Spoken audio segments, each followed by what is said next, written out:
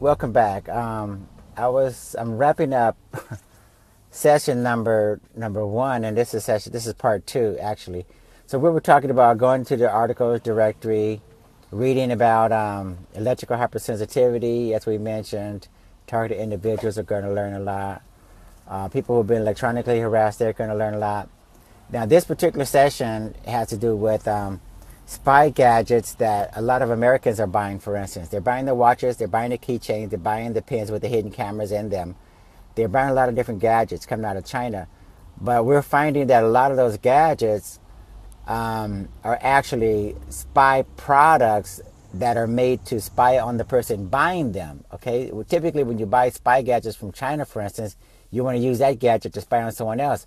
But the Chinese have realized that not only can they sell us those spy gadgets that allow us to spy on other people, but the Chinese are using those same gadgets to spy on us, the people who are buying them. So understand, you guys, since in the United States we don't have a real surveillance security industry. You know, we don't make the watches, we don't make our own keychains. A lot of us, and a lot of companies in the United States, they don't make their own products. So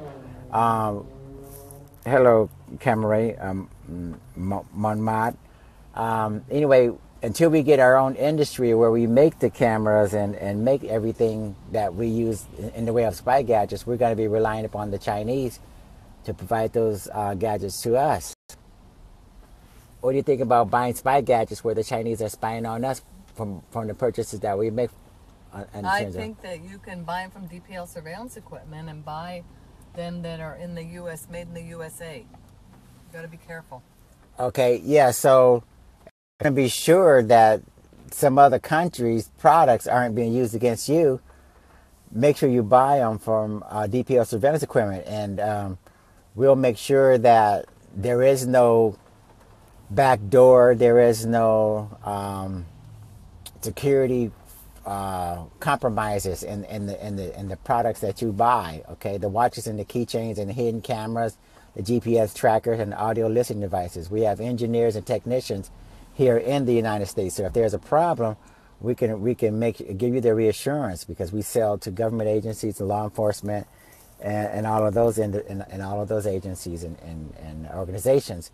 So yeah, some of the examples that we've encountered, for instance, Cisco routers, modems, the doll. There's my friend Cayla is a doll where we've written articles about my friend Cayla, and I think it's called iRobot, another doll for the boys. It's an action figure, or rather a robot or whatever.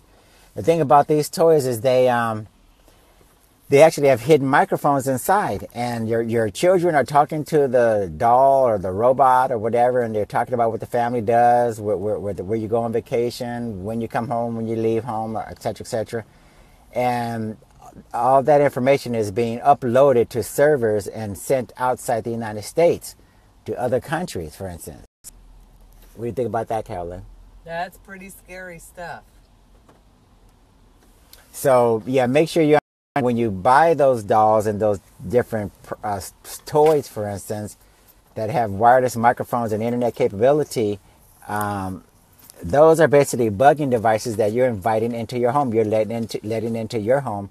It invades your privacy. Okay, it compromises your safety and security, because hackers can hack into those products and further increase the opportunity for some rude comments to be uttered by the doll or the robot, or maybe some particular language will be used, or some questions or whatever will be asked of your children, which could be understood as being lewd or just an invasion of their privacy, your privacy. So again, this article focuses on things that we've been learning about compromised toys, compromised spy products. So make sure that you understand, when you import products from eBay or Amazon or wherever you get these Chinese-made products from, those guys are trying to conduct industrial espionage inside the United States.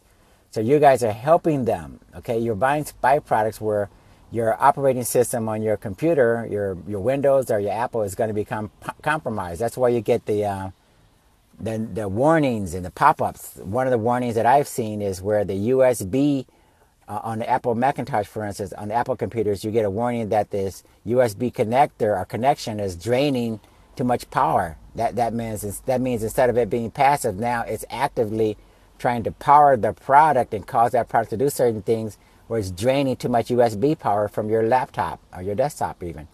And the Windows computers, you guys will notice that you get warnings saying that this software is not meeting certain security protocols, and those warnings shouldn't be ignored, okay, because they don't have to adhere to our strict guidelines for safety and reliability and quality assurances, etc., etc. So your Windows and your Vistas and etc., are going to get pop-ups, and they're going to warn you about the quality or the insecurity of the installations from the Chinese-made products.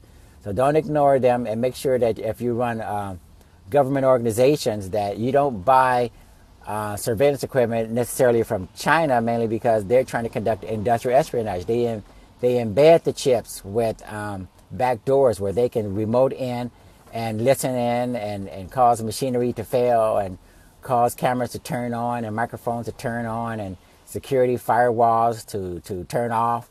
So there are a whole bunch of things that you guys are doing to yourselves when you buy these products, where the chips and components and parts are ultimately made in China or Russia or something like that. So we need to make sure Trump and those guys understand that we need to have a Buy in America